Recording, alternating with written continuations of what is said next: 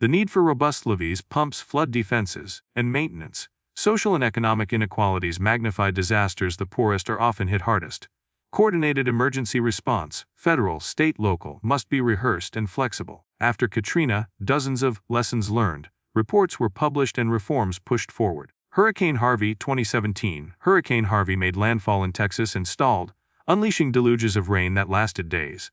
Houston and surrounding areas were buried under unprecedented flooding. Harvey caused around $125 billion in damage, rivaling Katrina in cost.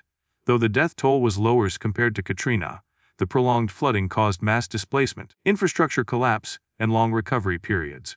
What we learned: storm stalling is a major risk. This is not just about winds or surge, but extreme rain